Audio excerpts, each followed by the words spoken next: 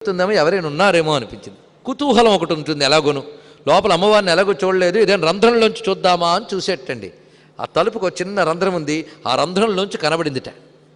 ఎంతంటే చూస్తే ఆలయం చాలా చిన్నది, కానీ లోపల ఒక విస్తారమైన సువర్ణమయమైన ప్రాంగణం. అందులో అమ్మవారు కూర్చున్నారు భోజనానికి. ఆవిడ చుట్టూ పరిజనములు భోజనానికి కూర్చున్నాయట. వీళ్ళందరికీ విస్తర్లు వడ్డించబడ్డాయి.